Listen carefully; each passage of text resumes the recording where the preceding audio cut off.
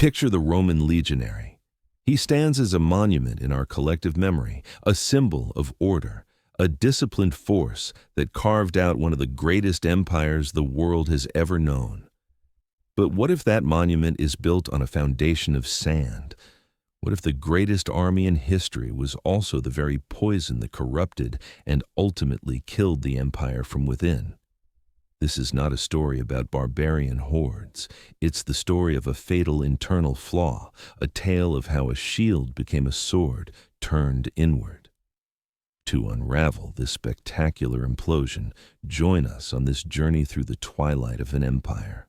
Make sure you follow our exploration, because you will not want to miss how Rome's ultimate weapon became its executioner. Let us together peel back the gilded myth of the legions. We are often shown the stoic, loyal citizen soldier, a farmer who puts down his plow to defend the republic. That was an ideal, and for a time, a reality. But ideals, like empires, erode. We are about to witness a slow, creeping transformation, a change in the very soul of the Roman military. The story of Rome's fall isn't written on the frontiers with the Goths or the Vandals. It begins much earlier, in the heart of the legions themselves, with a simple, seductive idea. Loyalty is for sale. Our journey takes us back to the year 107 before the Common Era. A brilliant and ambitious general, Gaius Marius, faced a recruitment crisis.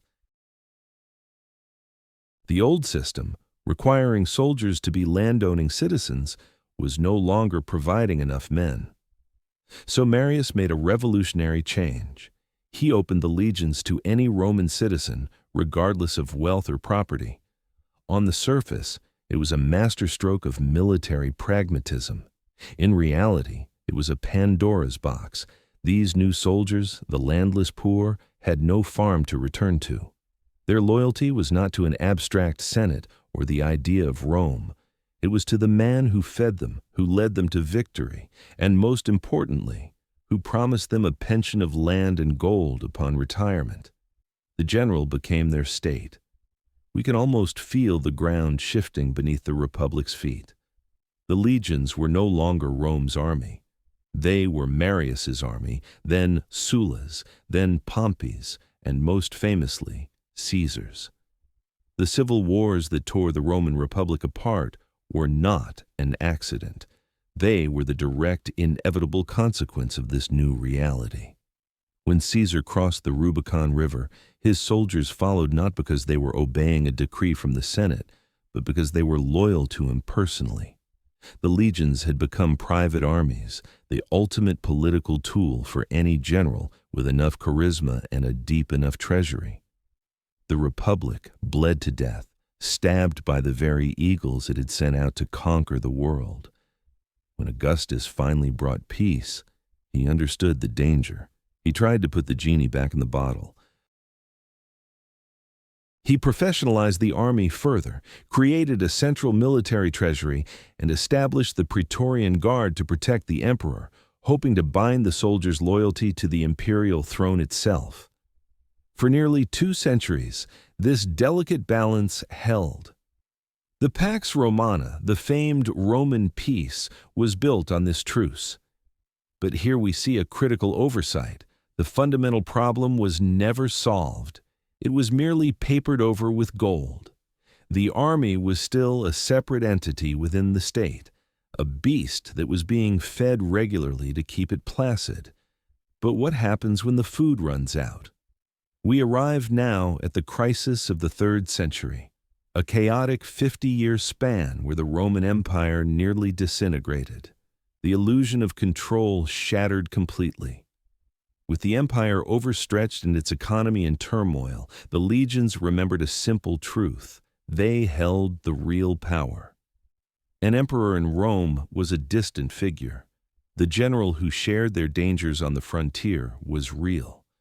And so began the bloody auction for the throne. Legion after legion proclaimed their own commanders as emperor, marching on Rome to install their man and claim their reward. In that half-century, More than 25 so-called Barracks Emperors were acclaimed by their troops, and nearly all of them died violently, often at the hands of the very soldiers who had raised them up. It was a terrifying, relentless cycle of assassination and civil war. The empire was not fighting foreign enemies. It was consuming itself. Each new soldier emperor had to bleed the state dry to pay the outrageous bonuses demanded by his legionaries, the price of their loyalty. The borders became porous, not because of overwhelming barbarian strength, but because the legions were perpetually marching inland to fight other legions in an endless greedy quest for power.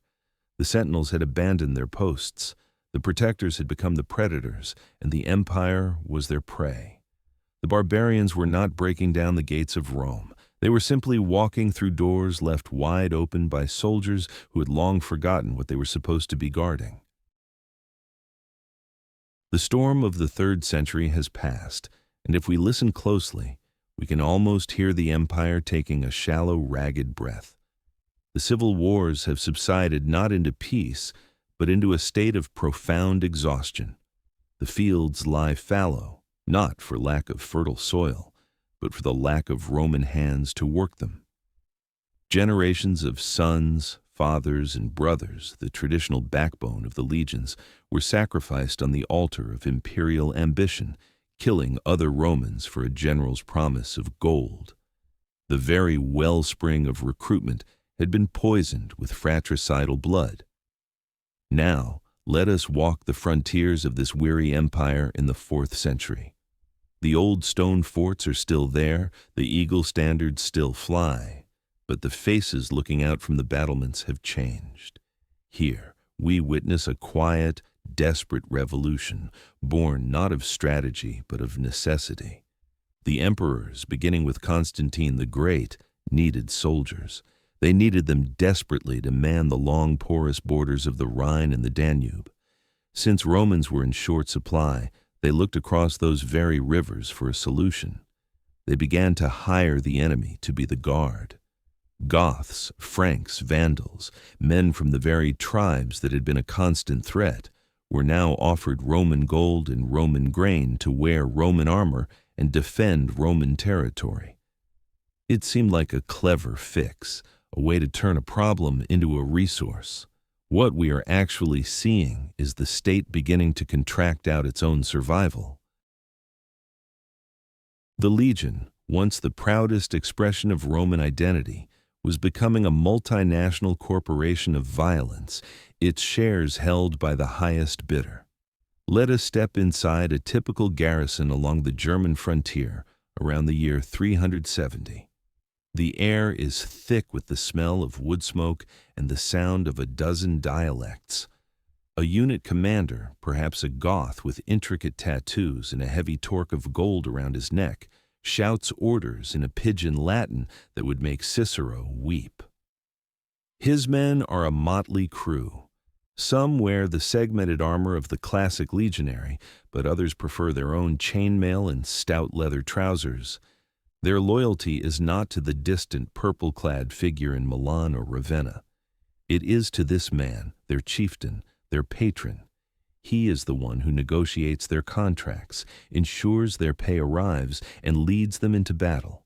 They fight for him, and through him they fight for Rome.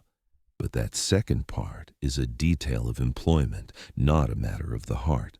This pragmatic arrangement created an entirely new class of power broker inside the Roman state. We begin to see the rise of the magister militum, the master of soldiers. These were men, often of barbarian birth themselves, who commanded vast mobile armies composed largely of their own countrymen. Stilicho the Vandal, Arbogast the Frank, Ricimer the Goth. These names would soon hold more weight than that of the emperor himself. We find ourselves in a bizarre shadow play where the emperor reigns but the barbarian general rules. The man on the throne issues edicts, but the man with the army decides if they will be enforced. The emperor became a prisoner in his own palace. his life and his crown entirely dependent on the whim of a general who had no ancestral connection to the empire he now effectively controlled. The consequences of this slow poisoning of the military body politic were devastating for the average Roman citizen. To pay for these increasingly expensive and demanding mercenary armies, the imperial tax collectors became relentless.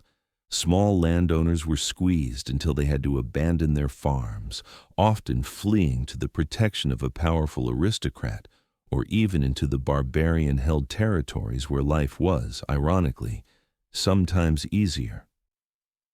Here we find the ultimate tragic paradox of the late Western Empire.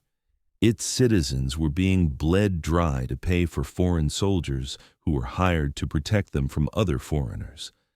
The Roman state was devouring its own people to fund an army that no longer represented them, an army that was fast becoming little more than an occupying force with a Roman seal of approval. The guardians of the empire had become its most efficient predators. Let us hold a Roman solidus in the palm of our hand, a coin of nearly pure gold minted sometime in the late 4th century. Feel its weight. This small, gleaming disk is no longer just a unit of currency. It has become the very heart of the Western Roman Empire, the lifeblood pumping through its sclerotic veins. But as we look closer, we realize this heart is beating to a dangerous, erratic rhythm. The loyalty of the legions, the very guarantee of an emperor's life and the empire's security, now had a precise, quantifiable price, and the bill was coming due with every sunrise. We are about to witness the ultimate perversion of the military contract. Let's imagine the scene, repeated with terrifying frequency across the provinces. A general, perhaps a man of Gothic or Frankish descent, stands before his legions. The emperor, a distant figure of silk and marble back in Ravenna, has died. Or more likely, he has been murdered. This is the moment of opportunity. The general's speech is not filled with appeals to Roman glory or the spirit of the ancestors. It is a business proposition. He promises each man a donativum, a bonus for their support, an amount of gold that would take a civilian a lifetime to earn. We can almost hear the sound, a low rumble that grows into a roar as thousands of soldiers bang their spears against their shields. It is not the sound of patriotic fervor. It is the sound of an auction, and the item for sale is the imperial throne. Here, we must understand the ruinous mathematics of this system. Each new emperor, a so-called soldier emperor, began his reign deeply in debt to the men who had created him. To pay this staggering bonus, the imperial bureaucracy had to perform fiscal miracles. Taxes were increased to unbearable levels, but that was never enough. So they turned to the currency itself. Mints across the empire worked day and night, not just stamping out new coins, but actively debasing them. We see them melting down older, purer coins and mixing the gold and silver with cheaper metals like copper and tin. The solidus in our hand might look pure, but when minted a few years later would be lighter, less valuable. The state was literally watering down its own wealth in a desperate bid to keep its soldiers paid. It was a financial fever from which there could be no recovery. This transactional loyalty fundamentally altered the psychology of the Roman soldier. He was no longer a defender of a civilization. He was an employee in its most powerful and most dangerous industry. Let us follow him into the barracks. His conversations are not about strategy or honor, but about the reliability of the next payroll. Rumors of a rival general in another province offering a higher bonus spread like wildfire, sowing discontent and sedition. The army had become a deeply cynical institution, aware that it held all the cards. Why defend a frigid wall on the Rhine for a fixed salary when you could march on a provincial capital, proclaim your general emperor, and receive a life-changing fortune? The incentive structure of the late Roman army was no longer geared towards defense. It was programmed for civil war. We find ourselves watching an empire trapped in a fatal feedback loop. To maintain power, an emperor had to tax his citizens into poverty to pay his mercenary armies. This impoverishment weakened the state, making it more vulnerable to both internal and external threats. The army, seeing this weakness, would then demand even more money as the price for its continued and very temporary loyalty. The soldiers were no longer the empire's immune system fighting off infection. They had become the infection itself, a ravenous parasite that was slowly, methodically consuming its host from the inside out, one gold coin at a time. The ultimate symbol of Roman power was not the eagle, but the coin purse, and it was perpetually, fatally empty. Let us journey from the noise of the barracks to the hushed marble halls of power, or what was left of them. We find ourselves in Rome, but it is a city of ghosts and echoes. Here, inside the Curia Julia, the ancient Senate house, men of noble birth still gather. They wear the traditional white toga, their faces etched with the gravitas of centuries of rule. They debate land rights in Gaul and the grain supply from Africa. To an outsider, it might seem as if the heart of the Republic still beats, but we are not outsiders. We can see this for the hollow ritual it has become. The real decisions are no longer made here. They are made in military tents hundreds of miles away by men who wielded swords, not scrolls. We are watching a government become a ghost, haunting the magnificent corpse of its own past. The senators of the late 4th century were, for the most part, incredibly wealthy landowners. They represented an old world order, a lineage stretching back to the founding of Rome itself. But they had a critical weakness. They had no army. Their power was one of tradition, influence, and immense personal wealth, but it was a soft power. It could not stand against the hard power of a general with 40,000 loyal soldiers at his back. This is where we meet the true masters of the Western Empire, the figures who cast the longest shadows, men like the Vandal Stilicho. Let us observe the silent power play in the imperial court at Milan. Here sits the young emperor, Honorius, a boy draped in purple silk, a symbol rather than a ruler. Beside him stands Stilicho, his father-in-law, and the Magister Militum. Stilicho is Roman in his dress, his speech, his manners. Yet in the eyes of the Senate, he is forever the barbarian, the outsider who now controls the entire military apparatus of the West. When Stilicho speaks, his voice is the one that matters. He decides which barbarian tribes to pay off, which to fight, where to levy troops, and how to spend the state's dwindling treasury. The senators can only offer advice, which is often just a veiled complaint. They seethe with resentment, watching a man they consider their inferior dictate the fate of their world. Imagine the frustration of these aristocratic men.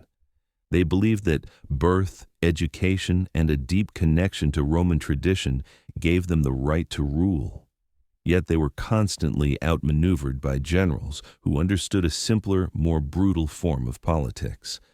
Arbogast the Frank, a commander before Stilicho, went so far as to murder one emperor and install his own puppet, the rhetorician Eugenius. He did not ask the Senate for its approval. He simply presented them with a new reality backed by an army. The senators were forced to either acquiesce or face annihilation. They were no longer participants in the game of power.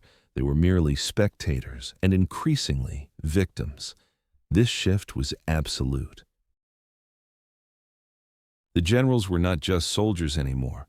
They were the state's primary diplomats, treasurers, and political fixers. They negotiated treaties with Gothic kings because they understood their culture and their motivations, something the sheltered senators in Rome could not. They managed the complex logistics of paying and feeding the army. which effectively gave them control over the empire's entire economy. The Senate was reduced to a prestigious social club, a place to protect its members' vast fortunes from taxation and to lament the decline of old virtues. Their last stand was not a noble battle, but a slow, bitter retreat into political irrelevance, a fading whisper against the thunderous roar of marching legions. The political theater of the Senate, with its hollow dignities and whispered resentments, could only last so long.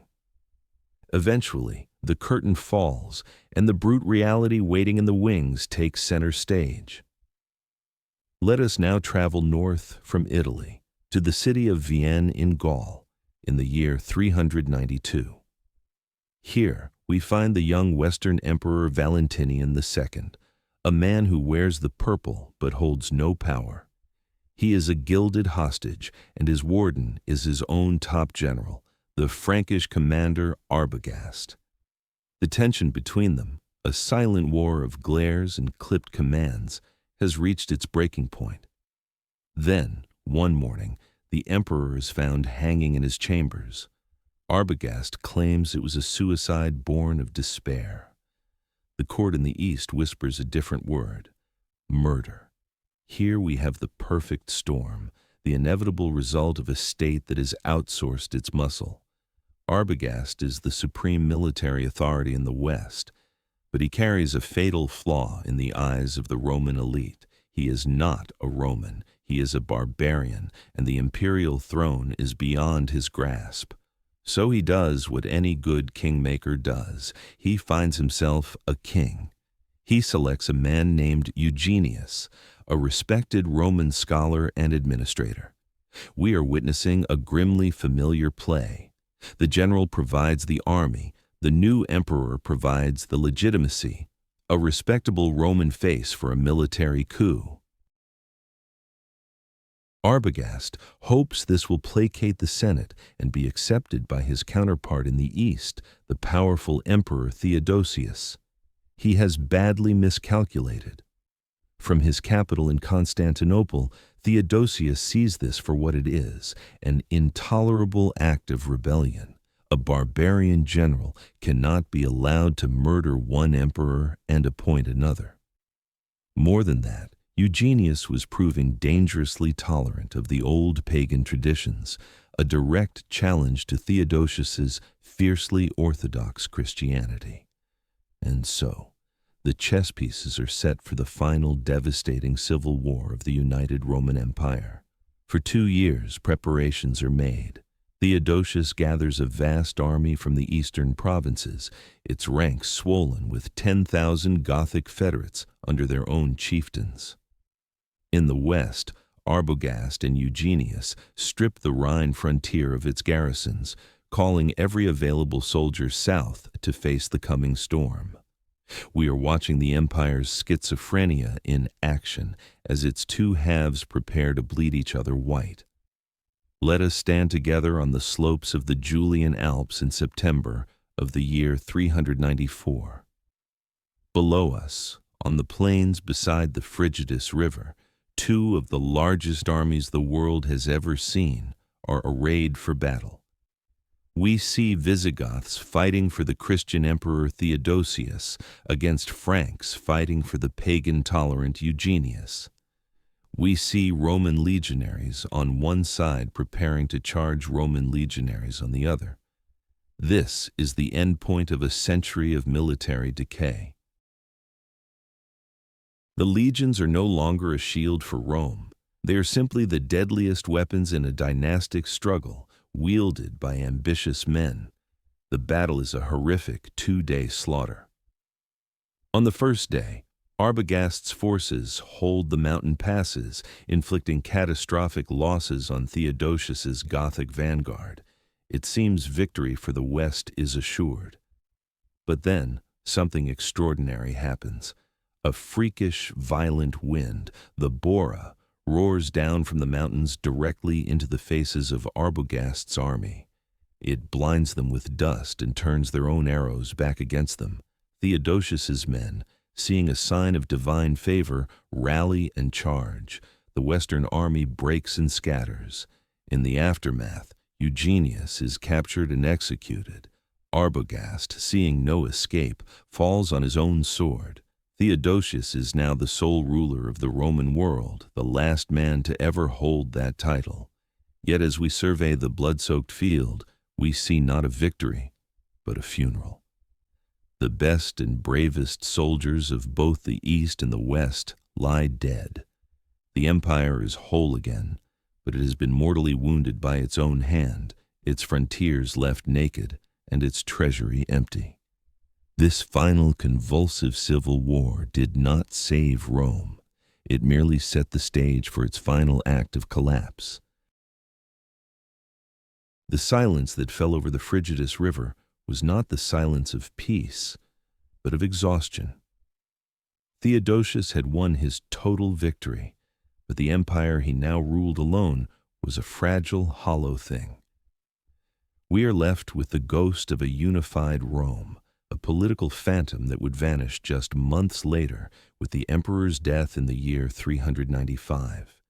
His final act was to cleave the world in two, leaving the crumbling west to his 10-year-old son Honorius and the more stable east to the elder Arcadius. We are now watching two children sit on thrones built for giants, and in the shadows behind them, the true powers are stirring. Let us examine the court of the young Honorius in Ravenna, a city of impenetrable marshes that would serve as the West's new capital. The emperor is a boy, insulated from the world, more concerned with his prize collection of chickens than with the Goths massing on his borders. He is the ultimate puppet, and every faction in the empire is vying to be the one holding the strings. But one man's hand is already firmly in control. He is the guardian Theodosius appointed for his son, the supreme commander of all Western armies, the Magister Militum. His name was Stilicho.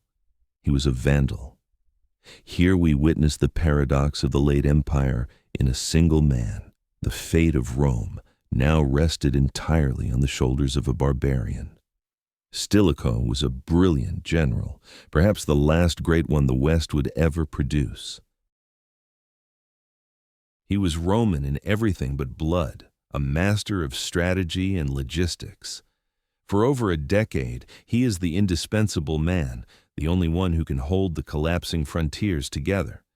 We see him dashing from Britain to Africa, from the Rhine to the Balkans, putting out fires everywhere. His primary nemesis is another formidable warrior, Alaric the Goth, a man who had fought for Theodosius at Frigidus and felt cheated of his reward. Alaric now leads his people on a rampage through Greece and into Italy itself. Twice, Stilicho corners Alaric's army, and twice he has the chance to annihilate him, and twice he lets him escape. We must ask ourselves why. Was it incompetence? No. It was a cold calculation born of this new military reality. Alaric's Goths were a destructive force, but they were also a highly effective, battle-hardened army. To destroy them would be to destroy a potential source of future recruits. Stilicho was not thinking like a Roman senator aiming to eliminate a threat. He was thinking like a barbarian warlord managing his competition. He saw Alaric as a resource to be contained, negotiated with, and perhaps one day hired. This pragmatism, however, was political poison in the Roman court. The senators and courtiers around Honorius saw only a Vandal protecting a Goth. Their venomous whispers grew louder every year. They accused him of treason, of plotting to place his own son on the throne. The conspiracy finally reached its tipping point in the summer of 408. Stilicho's enemies, led by a court official named Olympius, staged a coup. They fed the weak and paranoid Honorius a steady diet of lies until the young emperor was convinced his protector was a traitor. Honorius gave the order. Stilicho, the man who had been the spine of the Western military for more than a dozen years, was arrested and executed without a trial. We can almost feel the chill of that decision. It was an act of spectacular self-harm, a state cutting off its own sword arm out of fear and prejudice. With Stilicho gone, the army he had held together through personal loyalty fractured. More critically, the one man Alaric the Goth respected, and perhaps feared, was now dead. The road to Rome lay open, and there was no one left to defend it. The executioner's axe that fell in Ravenna in the year 408 did more than end one man's life. It severed the last strong thread holding the Western Roman army together. Let us stand amidst the chaos that followed Stilicho's death, a whirlwind of paranoia and reprisal. We are not just witnessing a political purge. We are watching the catastrophic failure of a system built on personal loyalty rather than institutional allegiance. The army did not belong to Rome anymore. It had belonged to Stilicho, and with him gone, its loyalties were now dangerously unbound. Here we must understand a fundamental truth of the late Roman soldier. His world had shrunk from the vastness of empire to the shadow cast by his general. This was the man who knew his name, who understood the taste of the same coarse bread and the sting of the same northern winds.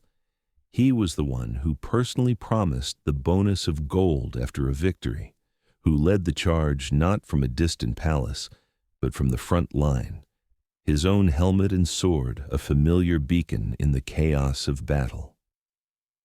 The emperor in Ravenna was a rumor draped in silk, a distant authority whose edicts were often incomprehensible.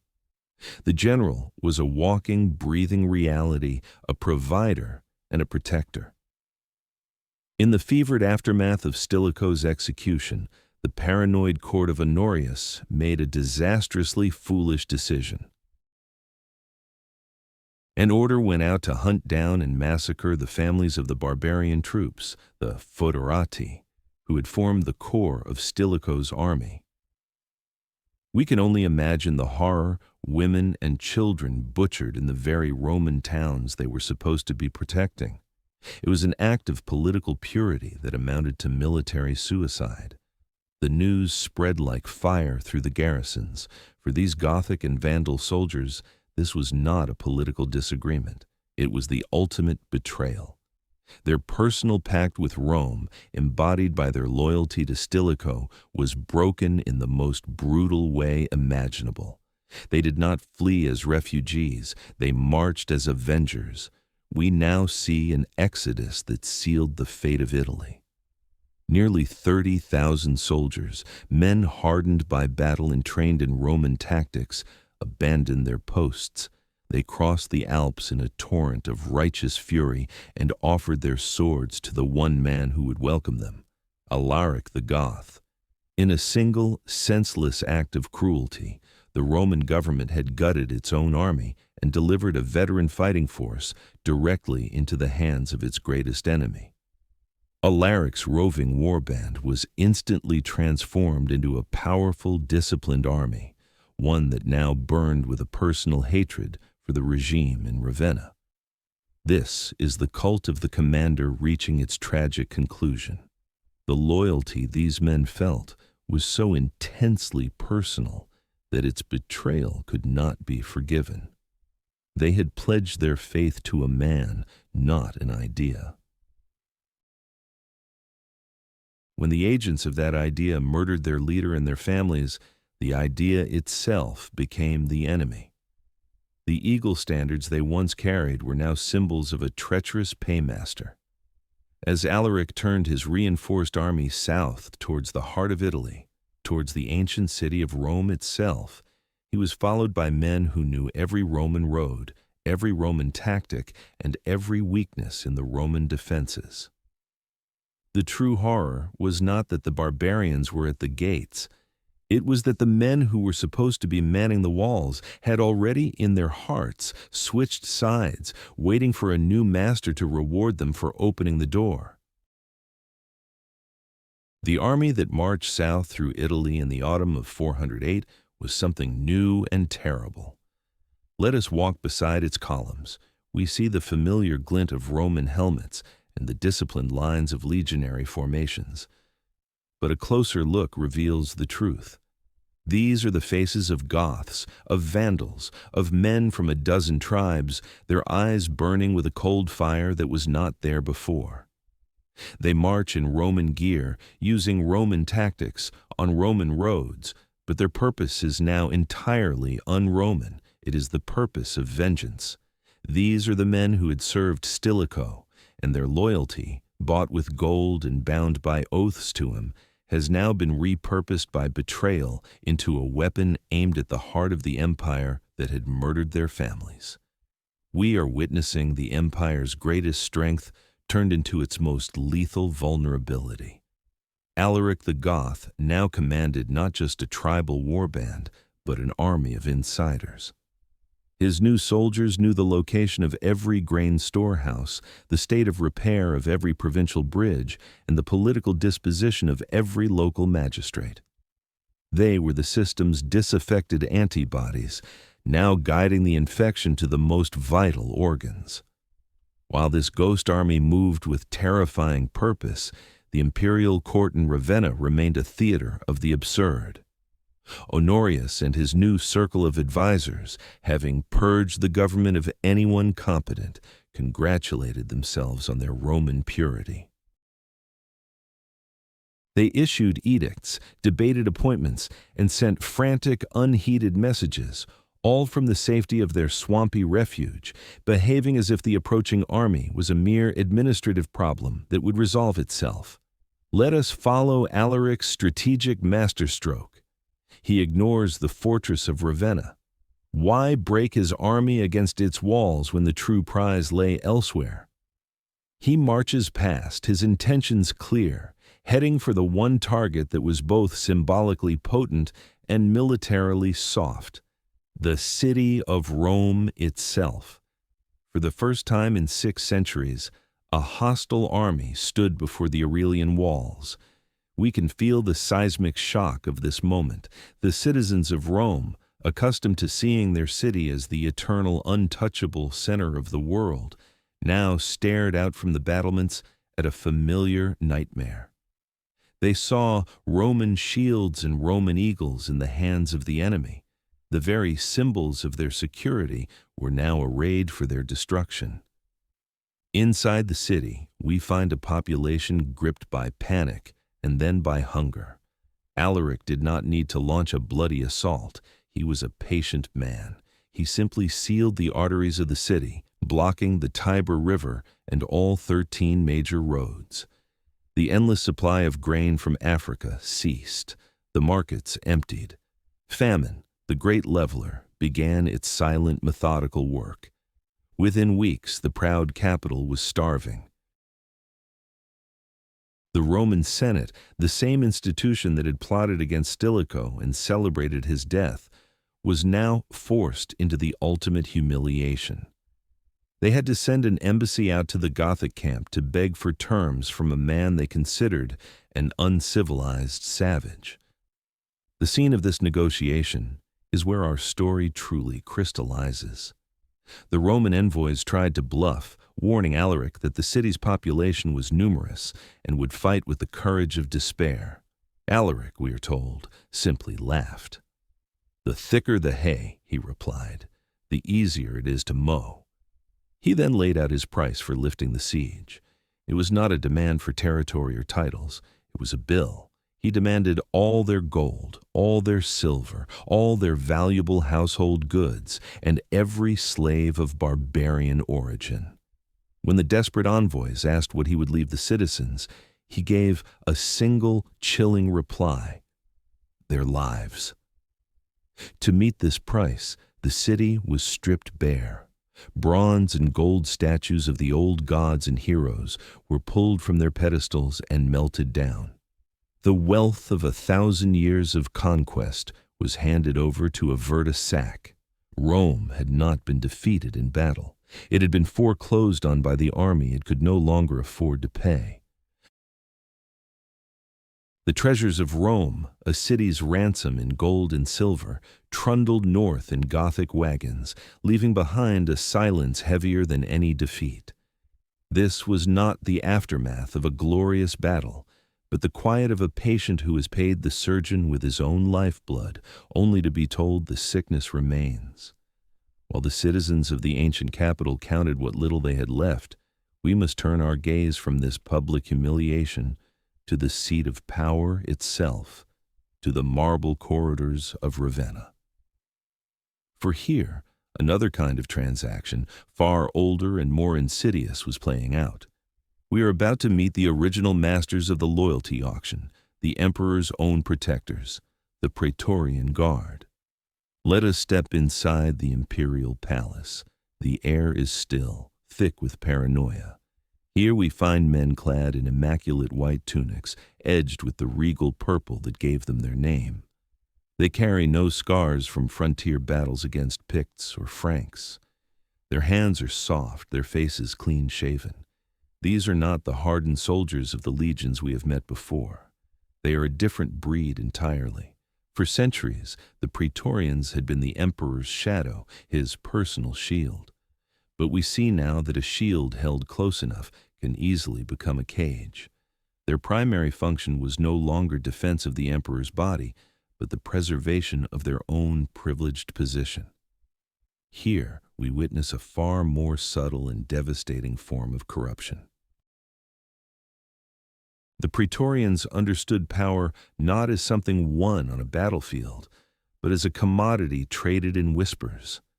They were the gatekeepers, the men who decided who saw the emperor and, more importantly, what the emperor saw of the world.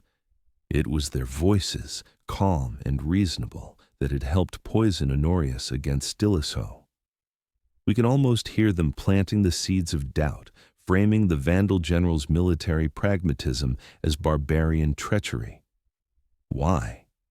Because Stilicho's power, based on a massive field army loyal to him personally, was a direct threat to their own influence at court. They did not need to draw their swords. They simply used their proximity to the imperial ear as their most effective weapon. This deadly game had paralyzed the state. With Stilicho gone, the men who had orchestrated his fall now held complete control over the terrified emperor. We find Honorius a virtual prisoner, surrounded by the very guards meant to guarantee his freedom. Every report from the provinces, every petition from a desperate city was filtered through them. They created a fantasy world for him within the palace walls, a world where the Roman state was pure again, free of barbarian influence, even as the real world outside was burning. Their loyalty was not to the empire, nor even to the emperor as a man, but to the imperial system that guaranteed their exorbitant pay and political power. They were protecting an institution, not a nation, and in doing so, they were strangling it. As Alaric the Goth paused his campaign, counting his newfound wealth and weighing his next move, the government of the Western Roman Empire was incapable of mounting a response. It had no great general, its best troops had defected, and its leadership was a cabal of self-interested courtiers, protected by a palace guard whose only victory had been a political assassination. The Praetorians had won their private war for influence. They had removed their rival and secured their place at the center of power. We are left watching a man on a throne who is utterly blind, guarded by men who can see perfectly yet choose to look only inward at their own glittering prize, deaf to the sound of the wolf returning to the door. The quiet poison of influence we see spreading through the court at Ravenna is a slow-acting malady. But if we wish to understand the disease in its most violent, feverish state, we must travel back together through time. Let us journey to a single, unbelievable day more than 2 centuries earlier, to the year 193. On this day, the Praetorian Guard's deadly game was not played with whispers in shadowy corridors. It was a public spectacle, a moment of such brazen greed it would permanently stain the idea of the Roman emperor. We find ourselves outside the Praetorian camp in Rome. The emperor, a disciplined and frugal man named Pertinax, lies murdered inside. His crime: he had tried to instill order and curb the guards' extravagant bonuses. In response, they killed him. Now, with the throne vacant and their bloody swords still unsheathed, they commit the ultimate act of treason. They bar the gates and announce that the Roman Empire is for sale. They will give it to whichever man offers them the most money. It is not a metaphor. We are witnessing a literal auction for the mastery of the known world. Two bidders emerge. One is the city prefect, Sulpicianus, the dead emperor's father-in-law, who is already inside the camp trying to negotiate. The other, Didius Julianus, a vain and wealthy senator, is hoisted up on the ramparts by his supporters to shout his bids from the street. We can picture the scene, a grim farce played out for all of Rome to see. The Praetorians act as auctioneers, carrying offers and counter-offers back and forth. Sulpicianus offers 20,000 sesterces for every soldier. It is a fortune that would change a life. Then Julianus, desperate for the ultimate prize, makes a final reckless bid, 25,000 sesterces per man. Sold. The gates swing open, and the Praetorians declare Didius Julianus the new emperor of Rome. Here we must understand the immediate and catastrophic consequence of this transaction. Julianus had a title, a palace, and the Praetorian Guard as his personal bodyguards. What he did not have was legitimacy, respect, or the loyalty of a single legion on the frontiers. The news of the auction spread across the empire, not as a political report, but as an obscene joke. The hardened generals commanding the armies in Britain, Syria, and along the Danube were utterly disgusted. They had spent their lives fighting for Rome. Now they learned that the throne had been sold like a piece of furniture to the highest bidder by a glorified palace security force. The backlash was swift and inevitable. 3 of these generals declared Julianus a usurper and proclaimed themselves emperor. The most formidable of them, Septimius Severus, commanded the legions in Pannonia. He was a man forged in the harsh realities of the frontier, and we see him begin to march on Italy. The Praetorians, who were so brave when murdering an old man in his palace, proved to be utterly useless as soldiers. They had no experience in real warfare. As Severus's disciplined army approached, Julianus's brief reign collapsed into panic and despair. He was a ghost haunting the palace, abandoned by the very men to whom he had promised a fortune. Severus entered Rome without a fight, had Julianus executed, and then summoned the Praetorians to a parade ground. They arrived, expecting a reward. Instead, he surrounded them with his own loyal troops, stripped them of their arms and their purple-edged uniforms, and banished every last one of them. Severus would create a new Praetorian Guard from his own battle-hardened legionaries, but the damage was already done. The soul of the imperial office had been put up for sale, and a price had been named. This knowledge would fester in the heart of Rome for centuries, a hidden sickness that guaranteed, even when an emperor was safe behind his walls, his crown was never truly secure from the men paid to protect it. The gleaming pile of gold and silver paid to Alaric was more than a city's ransom. It was a symptom of a far deeper sickness. Let us leave the gilded palaces and the military camps for a moment and travel into the heartland of Italy, into Gaul, into Spain. We are now looking at the true engine of the late Roman world, not the legion, but the farm. And what we find here is an engine sputtering, choking on its own fuel, on the verge of complete breakdown. The endless demand for soldiers' pay had created a fiscal monster, a beast that had to be fed daily from the land and labor of every citizen. Here, we must trace the flow of resources, which no longer followed the logic of commerce, but the brutal logic of military necessity.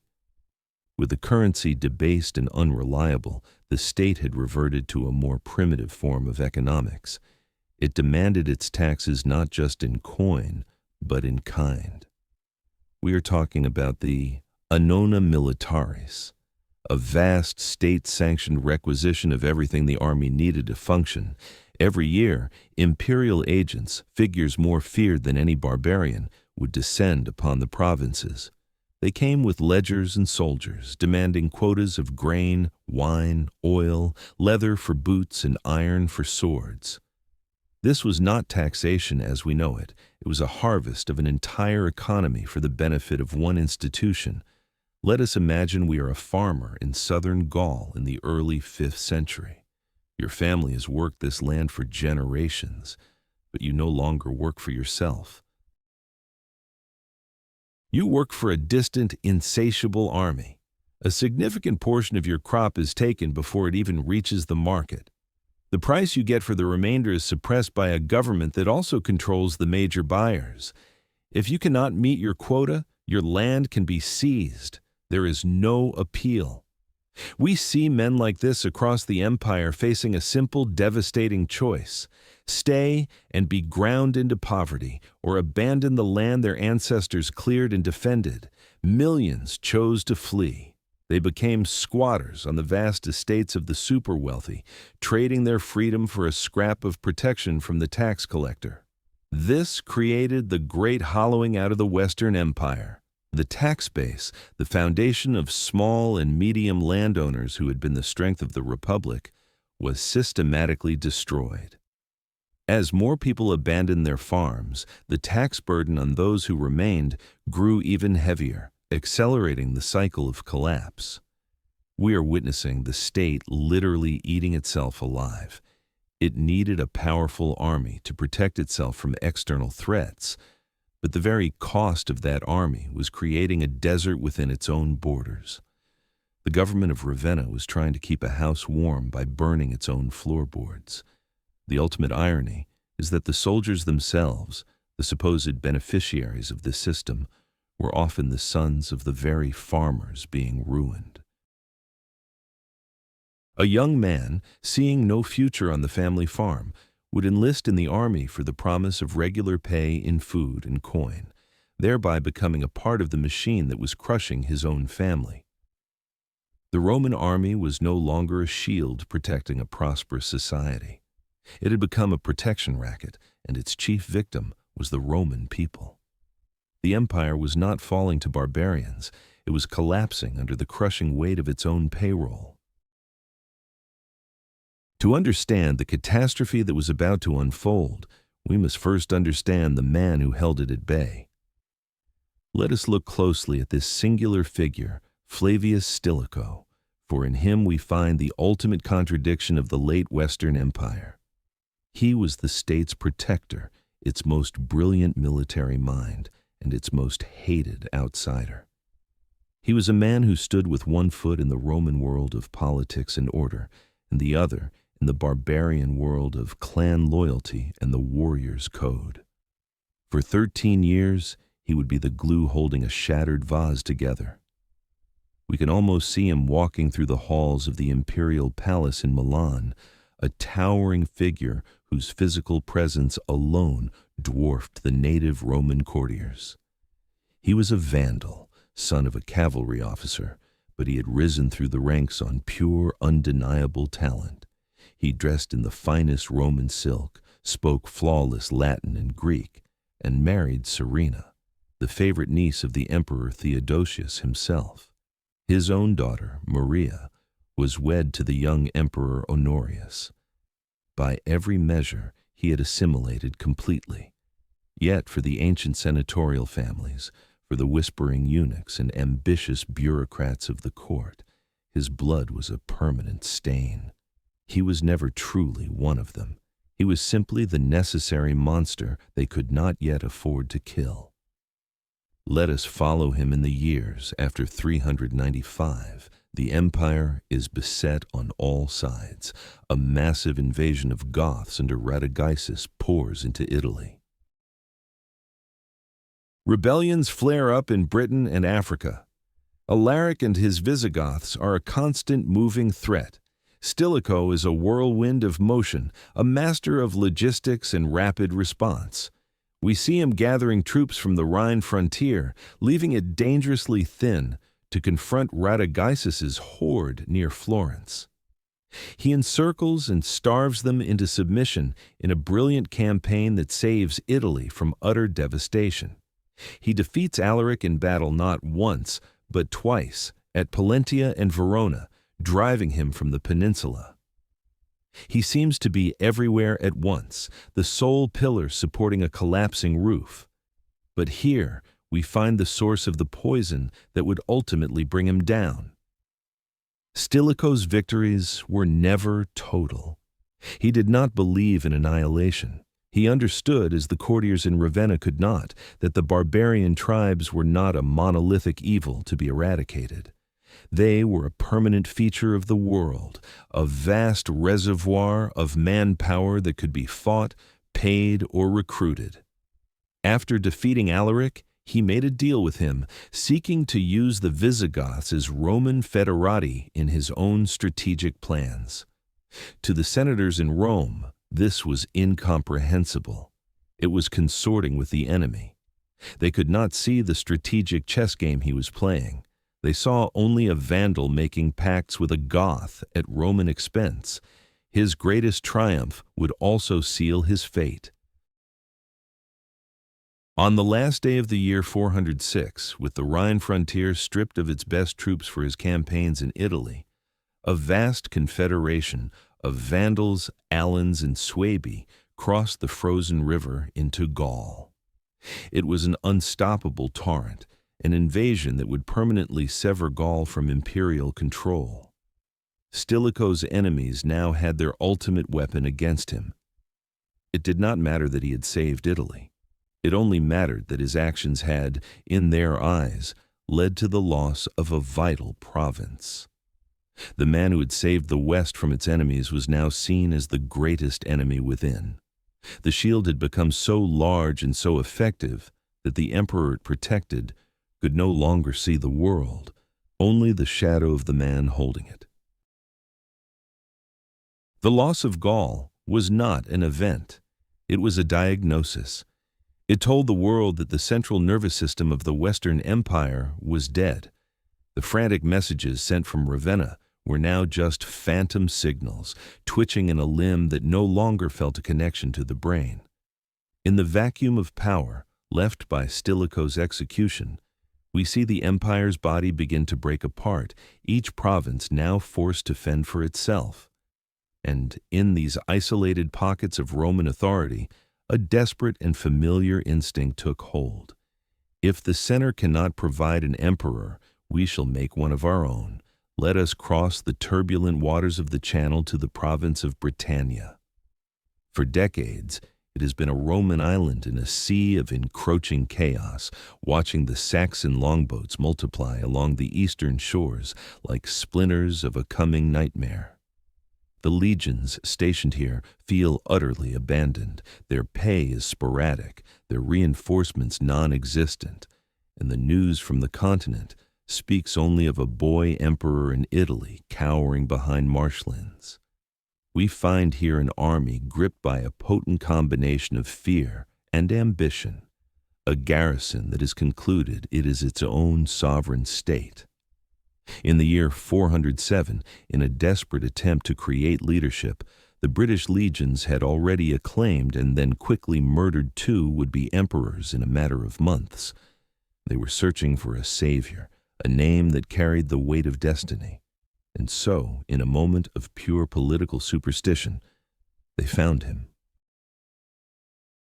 A common soldier, distinguished by nothing but his name, Flavius Claudius Constantinus. We are witnessing the birth of the man history would call Constantine III, elevated not for his skill or his lineage, but because his name echoed that of the great emperor who had founded a new Rome. He was a good luck charm made flesh, a living prayer against the darkness. This new Constantine did not linger on his island province.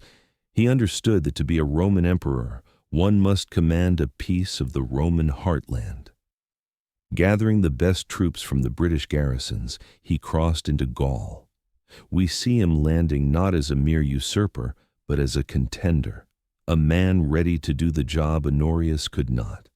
He marched against the Vandals and the Alans who were ravaging the countryside, winning several victories and temporarily securing the Rhine frontier. He established his capital at Arles, began minting his own coins, and for a brief, shining moment, it seemed as if a new, viable Western Empire was rising from the ashes of the old. Imagine the strategic nightmare this creates for the court in Ravenna.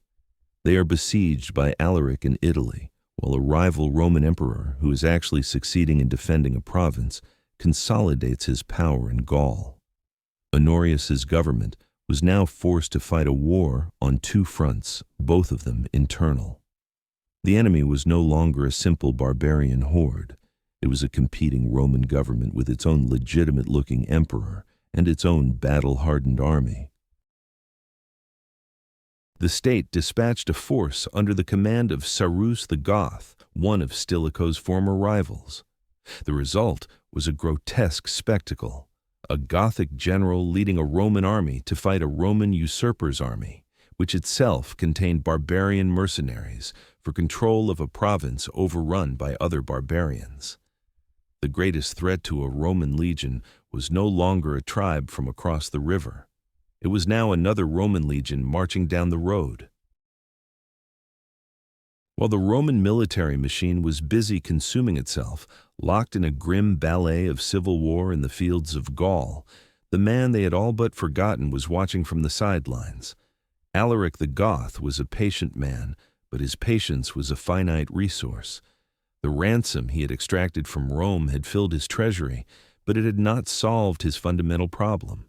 His people needed a home, a permanent place within the empire, with land grants and the legitimacy of a formal title for their leader. We find him now making one last reasonable appeal to the court at Ravenna. He was not asking for the world. He was asking for a contract, a deal that would turn his formidable army into a permanent asset for the state. He was answered with silence and contempt. Here we witness the tragic short-sightedness of the imperial court in its final, fatal act. Honorius, buoyed by a few thousand troops newly arrived from the east, felt secure in his swampy fortress. His advisors, the same men who had engineered Stilicho's downfall, saw any negotiation with a barbarian as a sign of weakness. So, they refused. It was a rejection born of arrogance, a belief that the idea of Rome was still powerful enough to protect them. They failed to understand that Alaric was no longer playing by the old rules. He was a product of their own broken system, a general who knew that power no longer flowed from a purple robe, but from the tips of 30,000 spears. Frustrated, Alaric marched on Rome for a second time in 409. But this was not a simple siege for plunder, it was a political masterstroke. He captured the city's port at Ostia, seizing the grain supply and placing the capital once again under a sentence of starvation. Then he did something extraordinary. He did not sack the city. He did not demand its gold. Instead, he presented the Roman Senate with a new emperor of his own making, a prominent pagan senator named Priscus Attalus. We are watching a barbarian kingmaker at work, using the Romans' own political tools against them. Alaric now had a puppet emperor who could grant him the titles and lands he desired, giving his demands the veneer of Roman law. The sight of two Roman emperors, one hiding in Ravenna and another ruling from Rome at the pleasure of a Gothic army, was the ultimate symbol of the empire's disintegration. For months, this bizarre political theater continued, with embassies and failed negotiations. But Attalus proved to be an incompetent ruler, and Alaric, disgusted with his puppet's ineptitude, unceremoniously stripped him of his purple robes and diadem in front of his entire army. His political gambit had failed, his diplomacy had failed, his patience finally snapped. In August of the year 410, for the third and final time, he brought his army to the gates of Rome. This time, there would be no negotiations, there would be no ransom. Yet the city's massive Aurelian walls were still a formidable defense. A direct assault would have been costly and bloody. It never came to that.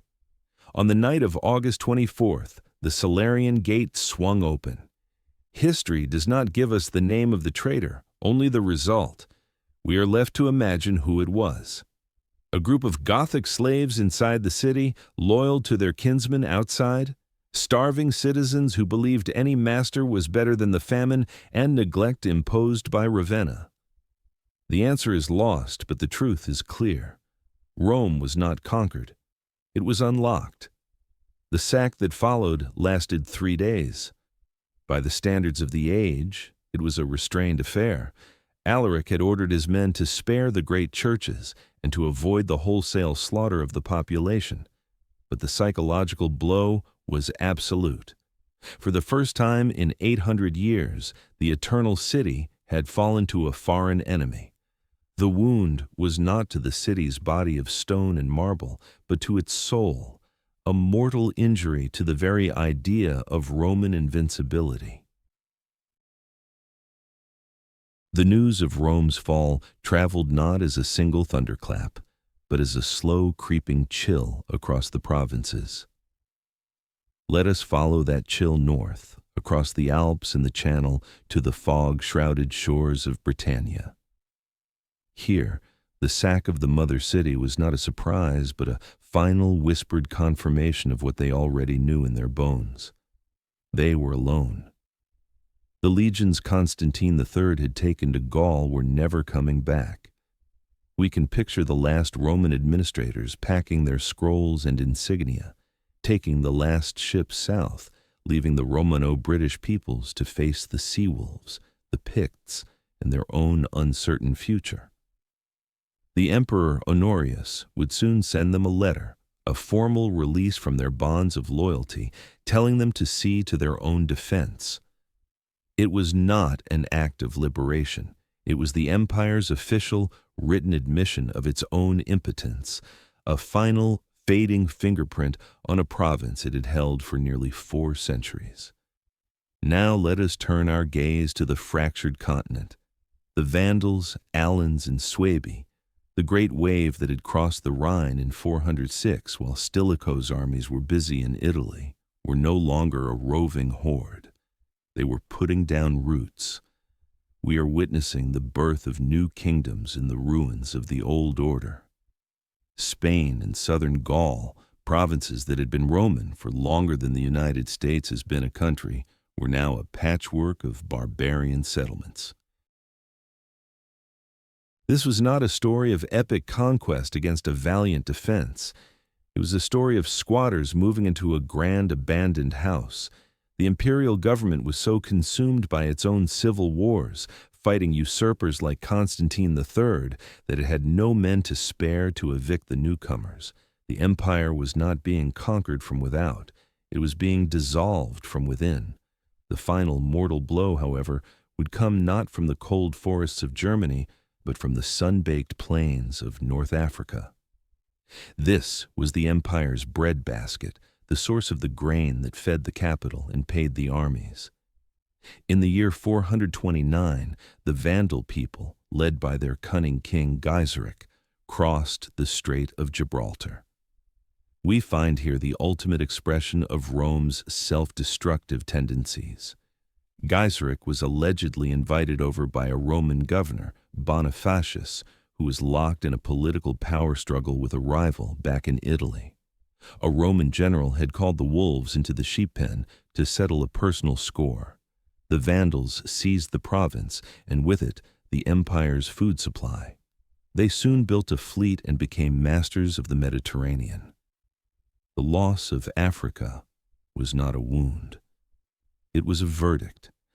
An empire that could no longer feed itself or pay its soldiers was already a corpse.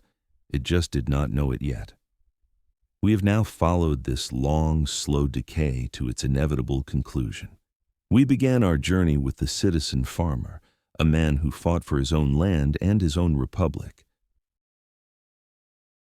We end it here, in a world where barbarian kings rule Roman provinces from Roman palaces, while a phantom emperor in Ravenna presides over a shrinking map, his power extending little further than the walls of his own city. The legions, that magnificent engine of conquest and order, had become a machine that required more fuel than the entire world could provide. In its desperate hunger for gold and power, it first consumed the republic, then the provinces, and finally, itself. The so-called barbarian invasions were not the cause of the fall. They were the inheritors of a collapse that was already complete. They were simply the men who showed up to claim the furniture after the family had destroyed the house in a bitter feud. And so, the Western Roman Empire was not murdered by foreign hordes. It bled out slowly and methodically from thousands of self-inflicted wounds, each one delivered by a soldier who had forgotten the difference between the state he was meant to serve and the general who signed his pay.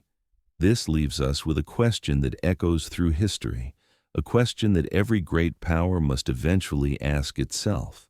At what point does a nation's defense become the very thing that destroys it?